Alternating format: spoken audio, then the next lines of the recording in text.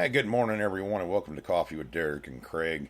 I'm Derek Asklar. Craig Talley's on the line there. I'll be hosting this half-hour show this morning, Monday morning. Hopefully, everybody's making it to work okay and having that coffee. I know I've had a couple cups myself, Craig, but Yeah, I poured my third one just now. yeah, trying to get it woke up. I feel I'm feeling pretty awake now. Yeah. We got Gavin on this morning over there in Australia, and Brandon from New York is up online on the chat there. I wanted to do a little show, pretty much the settings that I think I put on there the settings that you use, and meaning you hear us talking a lot about settings on the show and what we found to work well, and we always tell you guys get out of those presets if you can on your machines. If you're wanting to improve your hunting experience, find more stuff and everything, you got to get out of those presets. And not only that you should use settings that you find that work well in your area. Just because somebody in I don't know, Tennessee is using a certain setup with, like, say, the Equinox, and it's working really well for them, it may not work in Culpeper, Virginia, or up in, New York or wherever, because of the ground mineralization or whatever you may be restricting in your detector, or making it, it's like unstable, erratic. Not every area has the same soil conditions. Obviously, I'm down here in Florida and Craig's in Virginia, so I can run, down here in Florida, I can run a lot higher on the sensitivities, and I can use lower settings like on discrimination and stuff. May work better for me down here. But don't be afraid to change stuff, or don't think that what's the worst that can happen if you set it up the wrong way and it's erratic or it's falsing or whatever. You just have to make an adjustment. It's between you and the detector. I have found over the years that in doing this, when maybe you're having a slow day out there and you're not finding a whole lot, start moving some stuff around. You find on a lot of detectors, you find combinations that for whatever reason work very well, and you would look at it and go, well, I'd never use these settings, but hey, if they work, you use them. And I did this a lot with the Bliss tool. I mean, it was a machine that you could adjust out, and just looking at the settings, you're like, my God, why this isn't going to work, and it does. A lot like our beach settings that we use with that machine. I've never had a machine I put at 0 ground bounce and use turbo mode in a saltwater situation, wet salt sand. You would think all that power going in would just, with the moisture in the ground, the salt water and the sand there, it would really make it erratic. But for whatever reason, it works better. And I wouldn't use those settings normally, but that's what works, and it seems to be consistent across the board. But I always had that question with that machine, and when I used the whites, it was kind of the same way. The white Spectra and the MXT and everything, they have forum, and I think they still have the whites forum up. If you have one of those machines, go over there and check that out. They had a ton of good information, and a lot of us as users of those machines put a lot of stuff into that forum of what we found and everything. It gave you a layman's terms as far as what these different settings can do. What are the settings, like with the Spectra V3? There was so many different ways to set that machine up, and options that you had, even for sound and for the color of the screen and this and that and the other thing. But we got a lot of information from each other, not only the people that set up the forum and everything, and it gave us a better understanding of what these different analysis screens and stuff like that would do, or how we could use them in our hunt. And we'd try it and we'd find out what would work for us, and we'd put it up on there.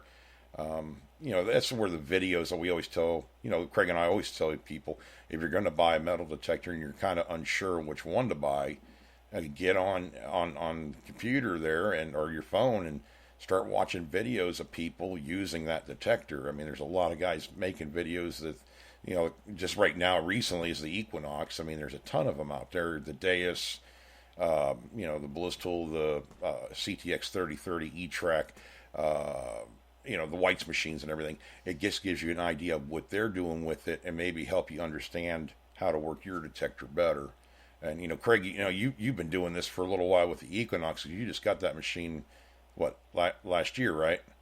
Or beginning of this year, or something like that. I can't remember now. It seems like they came out yesterday, but I know it wasn't. Well, I've had it almost a year. I think I got it at the end of August last year, and but I've been going out in my yard, and my yard's been hunted pretty hard for over 2 years. But the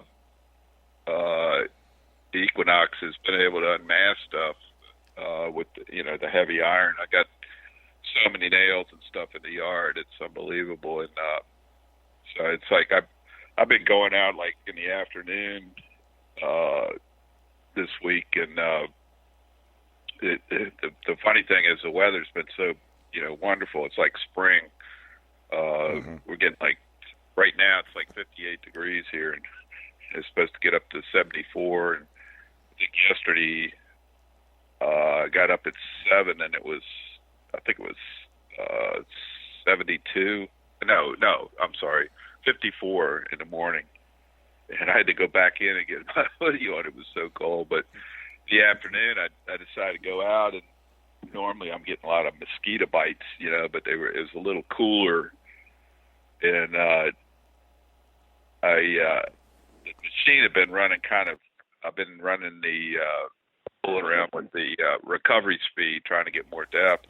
And if you lower the recovery speed, the machine goes slower. So if you swing slower, it'll reach down into the soil a little better. But I'd been running at 4, and I tried 3 for a couple of days, and the machine was like, it was kind of running erratic. It was noisy. But I did dig the Tomback button the other day that it was only about 4.5 inches deep, and it was like size of a dime or maybe a penny. But none of the other machines had ever heard it before, and I got a really good hit on it. I pulled like 4 or 5 nails out of the hole with it. But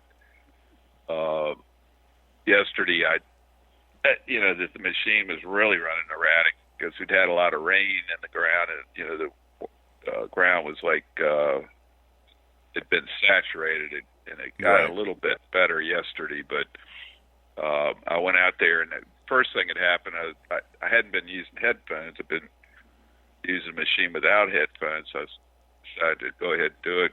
Sometimes it's kind of hot out there, and you don't want headphones on your ears. Oh, I know. Yeah. It's kind of. But I decided to use the headphones, and I couldn't get them to pair, and I hadn't used them in a while, so they just weren't pairing right. So I had to get them paired back up. Normally they were just, I'd turn the machine on and hit the button on the headphones, and it would actually pair up, real quick. And so it had to like search, but they paired up fine. But I switched the recovery rate. I moved it back up to 4, and the machine just quieted completely. I couldn't believe just one making it a little bit faster would clear it up like that. But I started hunting in the front yard and using that setting, and I was digging a couple things. I did dig a couple deep pieces of iron that were kind of iffy, that they kept going up a little bit, until almost the coin range in one direction. But I like digging iron up too, because I know there's got to be more pieces of shell in the yard too. Right. But I did get this one signal that kept bouncing like 13.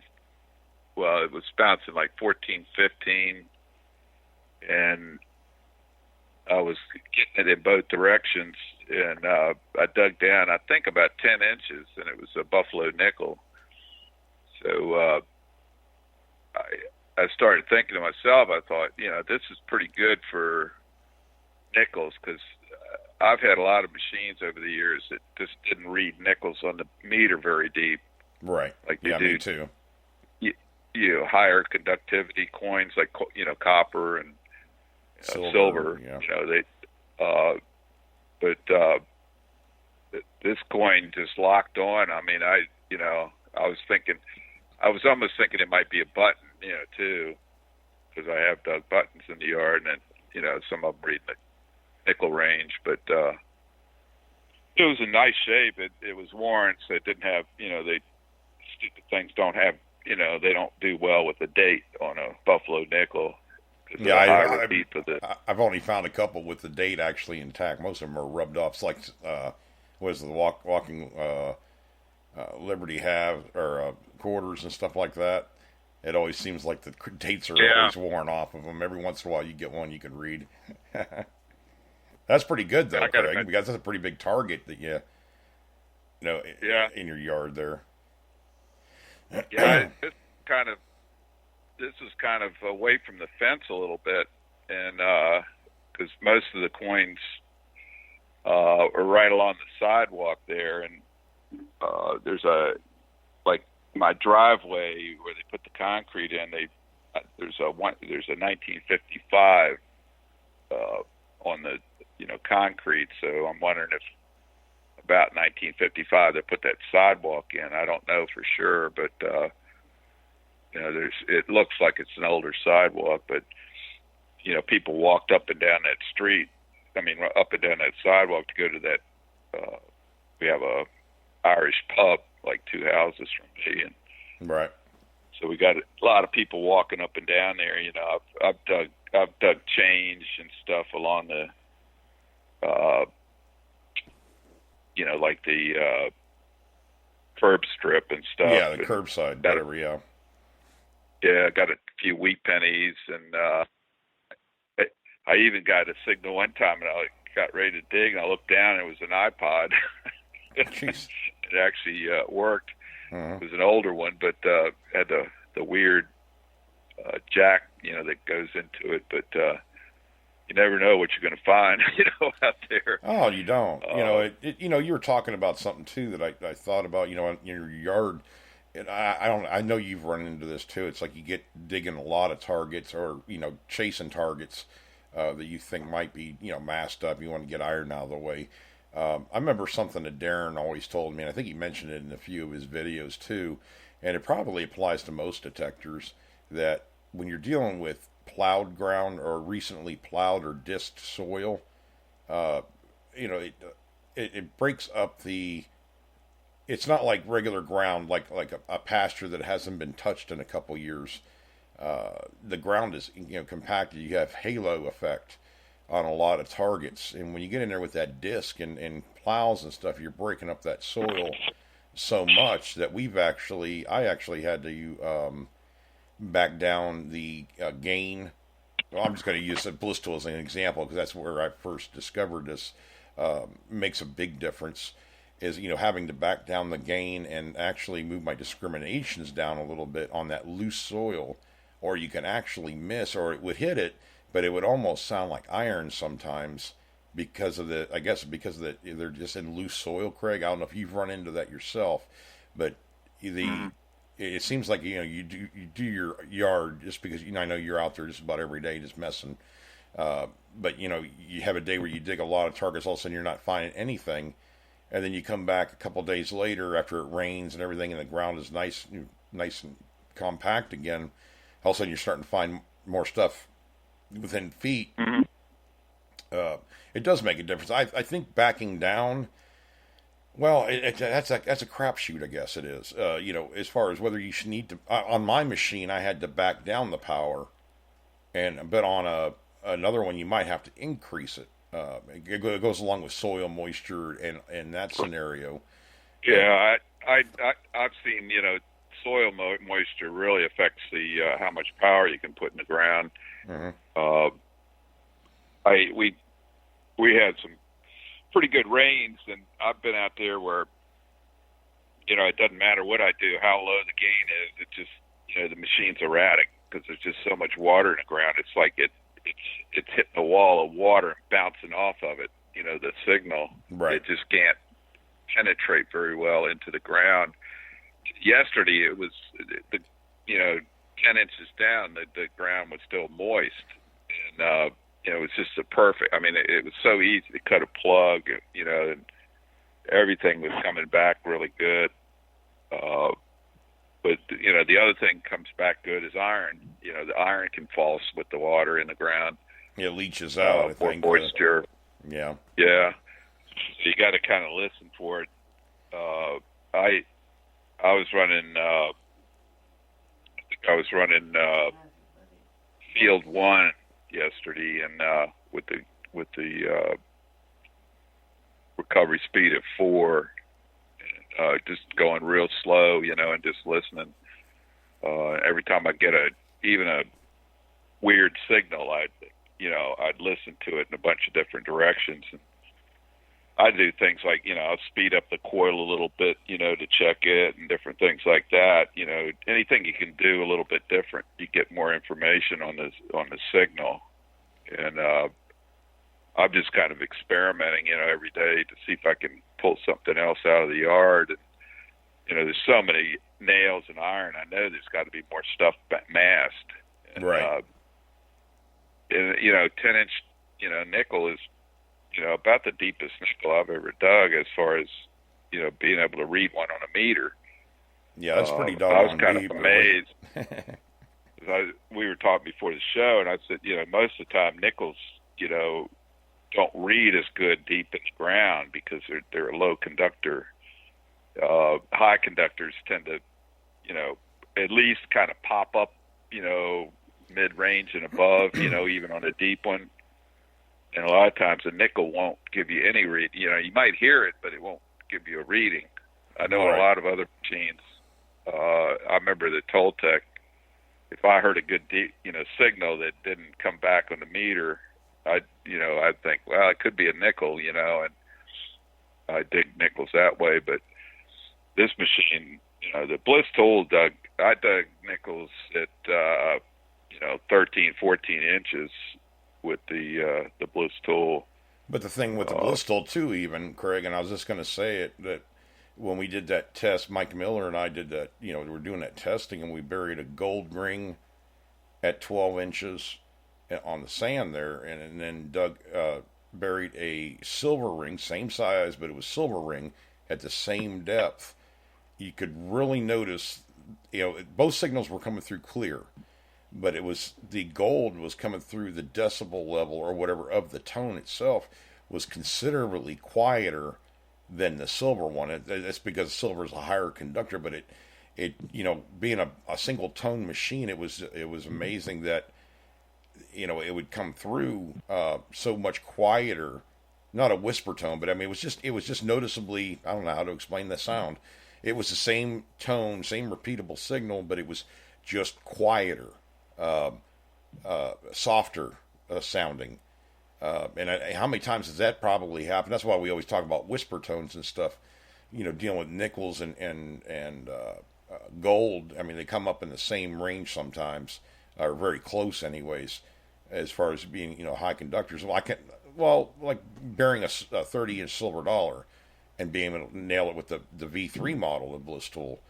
It was a high conductor, so it's going to come through. Now, if that was a gold coin at 30 inches, I don't know. I mean, you would have to have headphones on probably. That's why headphones are, important. Craig and I find a lot of times we're not using them only because we're making videos and stuff like that, and it's a pain to sit there, keep on unplugging or turning off your, wireless headset and everything. So, Craig started using the headphones in the yard and comes back with that. Now, if you didn't have your headphones on, Craig, maybe it wouldn't have come through. The tomback button, too. I mean, you said that was pretty deep.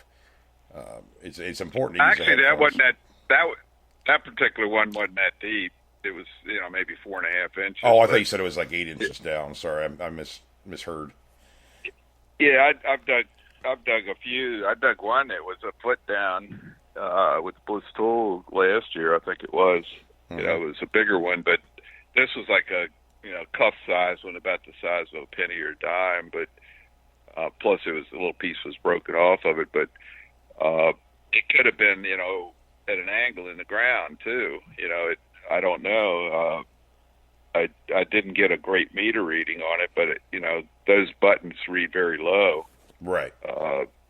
They read almost into the foil range sometimes, but I think I got like a 13, 14 on it, and well, that's a nickel range too, isn't it? On that machine, isn't 15? Well, yeah.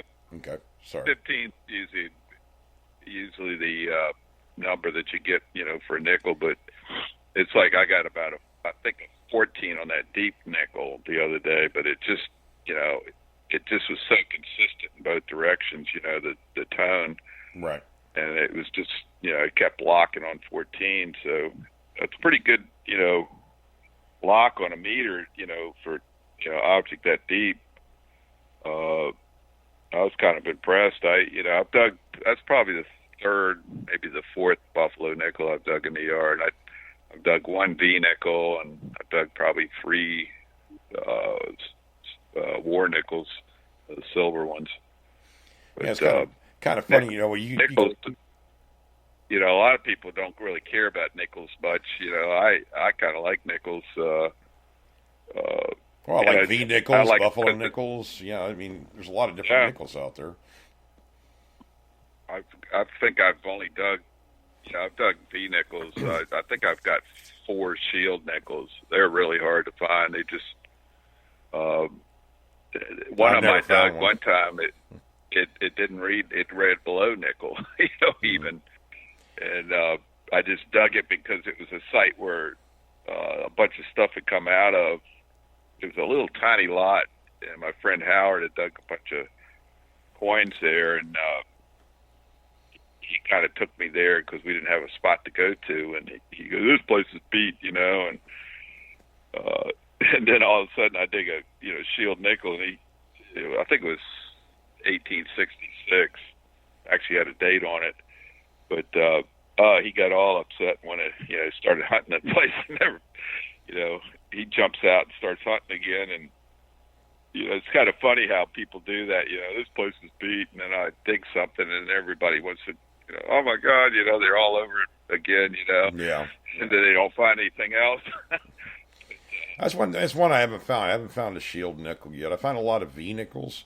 Believe it or not, I find more V nickels than I do buffaloes. I mean, I found several buffaloes down here, but I find more V nickels than anything, and they're about. I think my oldest one is 1883, something like that on the V nickel, which the town was established in 1885, so I figured that's pretty good.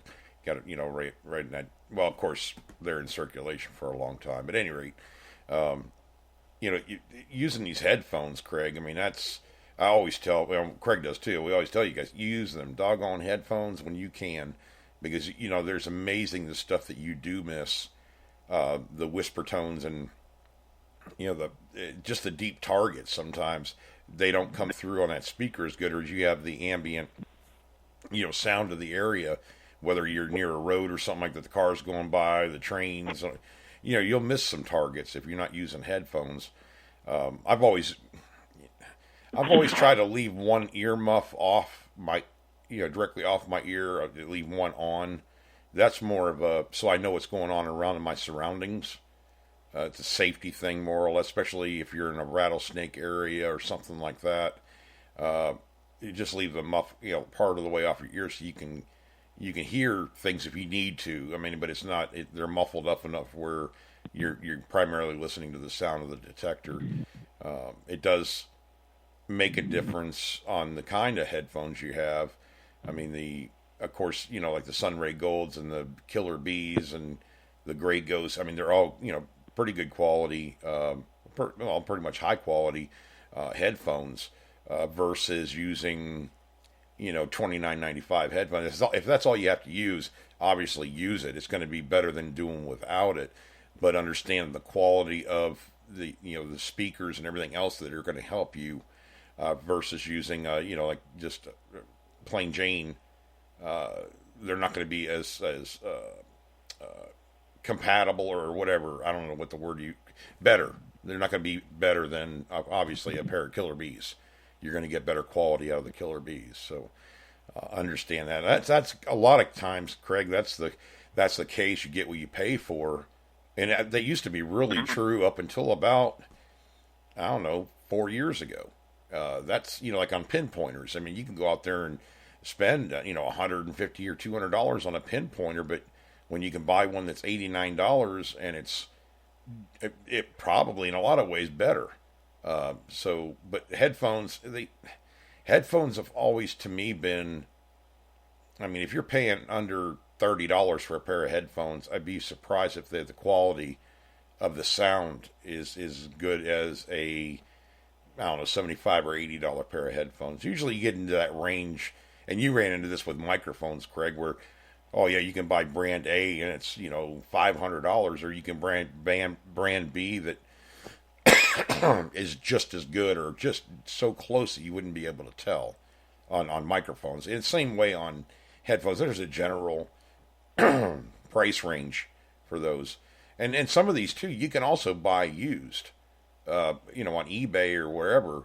Matter of fact, a buddy of mine gave me my first set of Sunray Golds, he only asked me like $25 or $30 for them. But a lot of these, the earmuffs, the covers, the padded things were starting to fall apart. From all the sweat and everything over the years. All I did was, called Sunray Gold and say, hey, I need a pair of the padding for them. Oh, no problem. They sent them to me right away. And I clipped them on there, and heck, I've been using the heck out of them. And then I bought a pair of Killer Bees, same way. The quality's really good. I haven't had any problems with them at all. I don't think Craig has either. But now Craig's using wireless headphones, and we have to wait and see what the durability level is. But it's probably just going to be the padded muff part of it. As far as I know, Craig, they've been handling good other than not linking up sometimes. That's what I wanted to tell you, Craig. When's the last time you did a firmware update on that machine? I know that you've had it for a while. I don't know if you've tried to do that to see if there's been any additions. Well, they had one right after I got the machine. They had a firmware update to. People were saying that the meter wasn't reading very deep, and it didn't seem to be reading on coins on edge. So they came out with a firmware update that improved it, and it actually did improve it. I was, before they did the firmware update, I was, they have these little shovels for depth, and each shovel is about 2 inches. And I was never getting more than 2 shovels, no matter what even when the target was 8 or 10 inches deep. Right. And after the firmware update, the meter was going down, almost to 10 inches on some of the stuff. It was actually reading right, and people were saying that they were testing, coins on edge, and it was reading them, pretty good for a coin on edge. Right. Especially like quarters. But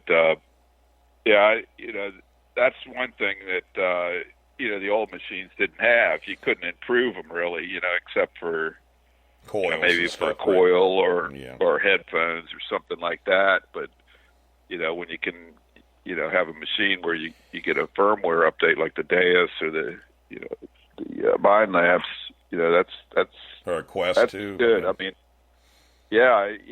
Well, I need to do mine. It just made me think about it, Craig, when you mentioned that, and about the firmware updates. I need to do my machine. I have that Quest Pro. Doggone, this allergy is going to kill me, Craig. But yeah, doing that because they do intermittently put new updates in there. Or they may rerun, I don't know what you want to call it, code or whatever, for the machine to make the machines better. And if you've had a machine for a while, I think the CTX you could do. Couldn't you hook that machine up to the computer? The CTXs? Oh, yeah.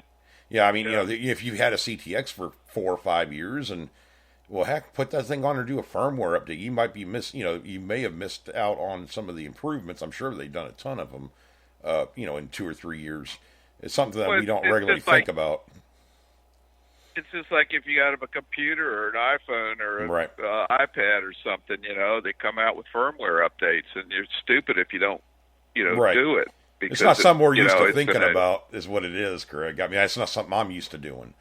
Where you've had a dais and everything, it's just not, oh, I got to do a firmware update on my metal detector. I just, it's not something I just really think about. I guess that's why I mentioned it. Well, one thing I like about the Mind Lab updates is I can actually do it on a Mac, on my MacBook Pro, and I couldn't, with the dais. This has to be with a PC, and I actually, emailed the president of the company, and he said that Europe, they don't use Macs much. It's all PCs pretty much. But really? This was like 5, 6 years ago. Yeah. Yeah, Macs are much, they're much more expensive, and True. You can get you can get a PC for, fairly cheap. It might not be that great a one, but at least you can use it. But, and then you got with your Alienware, you can spend a lot of money. Yeah, no doubt, brother. You definitely want to get the full warranty with that one, because when you need tech support to come to your house, yeah. But it's pretty amazing that here we've come all this way since I've been hunting for over 30 years, and we didn't dream that they'd be computerized like they are nowadays. Yeah. It's pretty cool. I think it's great that you can actually update the machines and turn the machine into a better machine, or turn it into almost a different machine. Right. A couple people were mentioning it. When I dug that Tomback button the other day, that it was noisy. And I was kind of under a power line that kind of runs across my yard. But then when I went in the front yard yesterday and I noticed it was still noisy, then I thought, man, I better check to see if it, because I had the recovery rate at 3, and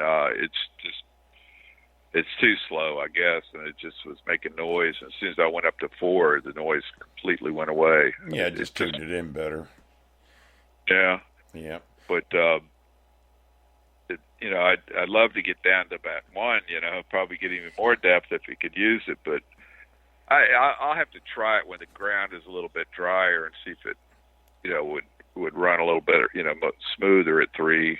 Yeah, a little bit. Well, you got to get back to normal again. You guys have had a ton of rain and everything, so. But yeah, I guess we're up here at 7:33, Craig. It went by fast. Definitely a subject we want to talk more about too. I mean, it just get outside the box with your metal detector. Don't sit there on the same old settings and expect it to do wonders. Try some different stuff. The worst thing that can happen is you have to put it back the way it was.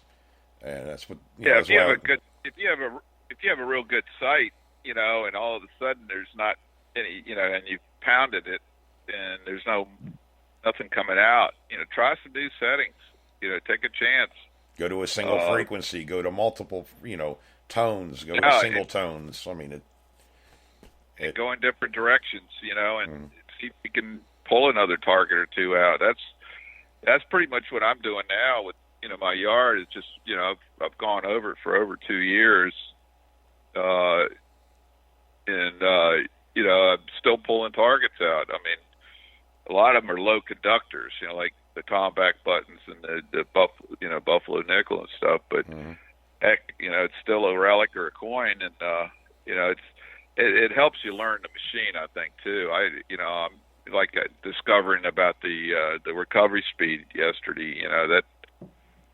That's something new for me. I didn't know that it would make the noise, put noise on the machine if I went too low. So that was kind of a revelation there. But yeah, it's go out and try the machine, try different things. A lot of people don't like the multi-tones or the multi-frequency hearing. They like the single frequency with the Equinox, but I like the multi-frequency. Yeah, it's all what you can make it do. I mean, if it sounds better to you, if you like the way it handles, I mean, by all means, do it. Do what works best for you. That's. I guess that's what I was trying to say through the whole show, Craig. Just because a setting doesn't work for me and Craig doesn't mean it's not good. You may have a certain situation, where it does work. So, I guess with that, we'll let you go, guys. 7:30 to 7:35. Hopefully, everybody's making it to work okay and everything. Try to have a good day. Uh, but for those of you guys waiting to get out here detecting, it sounded like a couple of them. We had Gavin on and Peter Belfoy and uh, uh, shoot Brandon from New York there, Western New York. Uh, he said he has having a good day. Maybe he can get out there and metal detect a little bit. At any rate, Greg, we'll do this again on Friday. Well, of course, we have our Thursday night shows at 8 o'clock and Saturday night show at 8 o'clock in the evening. And Monday and Friday Coffee with Derek and Craig at 7 o'clock in the morning. We'll see what happens this Wednesday. I'm not sure. I get do my running around on Wednesday, so we'll see if I can get a show in. If I do, Craig, I'll let you know, brother. So we'll let you guys go. Thanks, and like and follow the show. Check out our Patreon page. We're looking for people to be supporters and stuff on the Patreon page. And I guess just have a good day. Get out there, keep digging, and God bless.